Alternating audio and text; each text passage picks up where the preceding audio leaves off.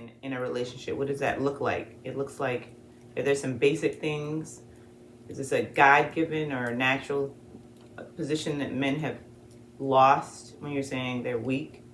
Yeah, well, I think a big understanding is, the larger understanding is, yes, that men and women are naturally wired in a certain way so that things can be accomplished, right? The Most High wants a certain amount of things to be accomplished. He created the system for us, and He said, okay, man, in this system, certain things are going to happen. You're going to have to eat, you're going to have to sleep, you're going to have to reproduce, and people are going to be in relationships, whether you like it or not.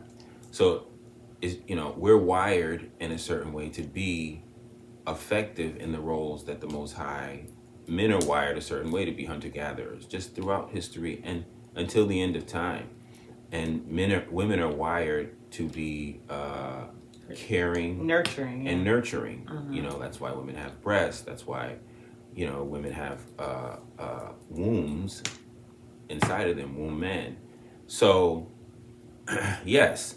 Now, in a relationship, it's been my experience that you have to navigate, you have to pay attention, and you have to be a scientist, especially today when we don't have traditions where people are passing down information to help us along. A lot of us get into relationships and we're in this independent bubble, just me and this person, because our peripheral relationships are not that well maintained. A lot of us don't know who our fathers are. A lot of us don't know who our mothers are.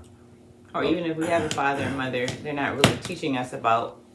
Right. They're not. There is not a lot of support for people in traditional family relationships, being with the person that you have children with for a long period of time until what the Christians would say, until death do us part. Those ideals have been lost because we have a disposable culture now. So when you say manage a strong man, what does that look like? Well, I think first a man has to understand his basic fundamental principles that the Most High built him on. And so if you look at a man's makeup, if you look at his state of mind and the things that he, in terms of just like, women typically would be in the nursing field, a man typically would be in the engineering field. So we're wired a certain way. That's the first thing a strong man has to realize, who he is. He's protector, he's the maintainer, he's firm, he's trusting, right? He has trusting love where, he'll tell his son at a young age, hey, listen, man, take this money, go around the corner to the store, buy this, bring me back the correct change, and you got 10 minutes. Whereas in a situation with a woman, she may not do that. As soon as a man says that in a relationship, a woman may say, don't do that. You can't send him outside by himself. Something may happen to him. You should go with him, right? So that's her caring side. And then a man has a trusting side. A lot of times these turn into larger conflicts.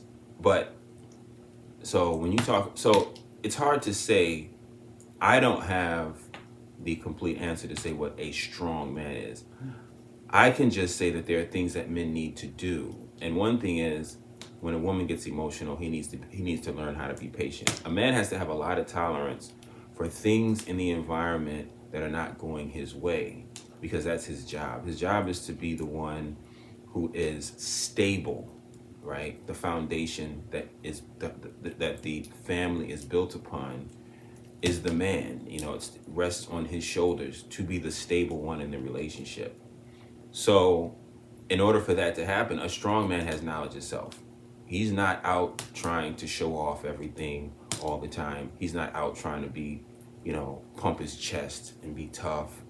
He's really leading from a place of humility, from a place of kindness, and from a place of good judgment, right? So a strong man has good judgment. And how do you get good judgment? By paying attention to what you're doing all the time.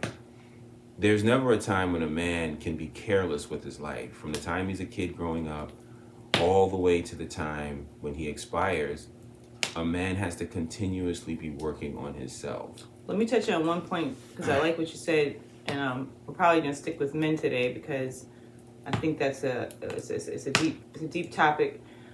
But when a man is not trained like that from the time he's 2 years old, he doesn't have a father figure. His mother's really frustrated. He doesn't have those skills to become this so-called strong man. And now you consider him maybe doesn't have that structure. He's now 30 years old, 40 years old. Can he recover? Can he learn that? Well, I think yes, but it gets difficult. It's just like if you have a child who's nursing, and they say that after 2 years you should wean your child off of nursing, off breast milk. It's difficult for women to do that sometimes. And growing up, I knew people who, their kids were 7 years old. Growing up, one of the Arab kid who lived in our neighborhood. Mm-hmm. So, if you wait too long, this child could still be weaned, but it's going to be more difficult, right? So, if you get in front of the situation early, if you put a spare tire in your car, then when you have a flat, you're already prepared for it. So with men, it's very important that we get in front of the situation and teach men how to be strong from a young age, because you can do it. You could be 50 years old and you could make the necessary changes. And I've changed throughout my whole entire life dealing with myself because my ignorance, because I was ignorant, I was doing things that I wasn't supposed to be doing. You didn't have a father. Well, I didn't have any role models, and most of the role models that I grew up around were telling me things that were not productive. I grew up in, different parts of upstate New York in really bad neighborhoods, and I lived in Michigan for a while. So, and these people will tell you things that are not necessarily productive about how to deal with women. What's your body count? You know what I mean? Just all kinds of stuff that, goes on in these neighborhoods. But so it's not to say that you can't repair yourself. It's just to say that it's harder. And a lot of people, when you get older, the problem we have in our community now is, one, there's a lot of collateral damage. You know what I mean? If you have kids by 5 or 6 different women, or if you haven't really got yourself to the point where you have the work ethic that goes along with the responsibility of raising a family, or you don't have the patience. A lot of my friends just don't have the patience to deal with it, and they've been in and out of a number of relationships. But it's extremely difficult for them to allow their mind to deal with what it actually takes to be in a long-term relationship, because they haven't practiced it. And somebody was saying, I was listening to, I don't know if Jordan Peterson or somebody was saying that if you don't practice long-term relationship, then you will not know how to be in if you're always breaking up, then what ends up happening is you're training yourself in that way.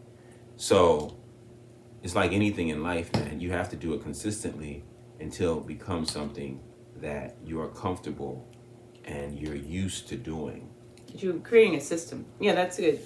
We're not going to keep this one too long, like we said, but we're going to get into what is a long-term relationship. According to a man, maybe that's different from a woman. We're going to get into what the role of a woman is from a man's perspective and a woman's perspective. But I think that's good. And you did have 2 reference books that you wanted to introduce today. So we have a couple of books. Your library, if you're going to be dealing with just relationships, period, we cannot be ignorant. So this book right here really helped me. I was going through some really crazy stuff in my life, and this is Women Are From Mars. I'm sure most people are. Men Are From Mars. Men Are From Mars, Women Are From Venus. Venus by John Gray. And this is another really good book for our Aboriginal people, our melanated people in America specifically. That's a bit of a hot topic, guys. Yeah. A lot of people are not really. Shahrazad Ali kind of doesn't sugarcoat anything, exposed. and she just goes straight to the core issues, and she specifically is dealing with the subject of women in relationships. So we'll talk about that. We don't want to, people have short attention spans today, so we don't want to keep really short keep things too long.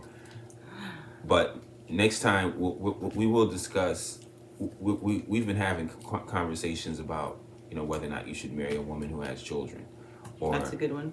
or whether or not the children of men and women who have excessive relationships are responsible for taking care of these brothers and sisters that the men and women are creating, right? Mm-hmm. The burdens of the parents. I grew up and my mother had kids by other men, and the responsibility of her, you know, She had one other man, not too many. She had one other man. So right, but she had a lot of kids by that man, and ended up being responsible for those children, which was a burden and put stress on my ability to move about the world and figure out who I was. And we'll talk about that because these are real subjects, and we're not opening up these can of worms, as they say, for anyone to get offended or feel like they just, oh my God, this is something that, you know, I don't want to bring up. The problem in our communities is that we don't talk about the things that are going in our heads, and they fester, and that creates almost like a disease. Yeah, It it creates an imbalance, and it also creates like something pulling on you, and from spaces that you could use that energy for something else, like parasites. I was thinking like it's, you know, it's Right. like leeching on our energy cycle, so that Absolutely. we are not able to perform the roles that we need so that we can build strong families and strong communities, because we're not talking about this stuff. We don't want to be vulnerable. We don't want to be like outspoken. We want to hide everything behind closed doors, and there's a lot of us suffering. And then we get what's put in our community is drugs, alcohol, and painkillers, that we really could just talk about our issues, even if they're ugly. Let's bring the dirt out So we can clean it up. so we can clean it up and make it into flowers. Right. Yeah. So we can become great again.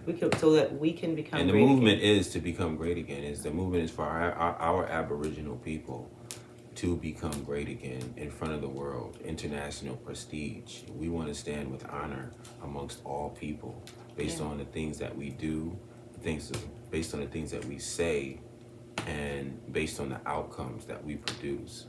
Exactly. If you can't take the heat, Amen. Don't go in the kitchen. all right, Thank you. Peace and love to everyone, and make us great again. make us great again.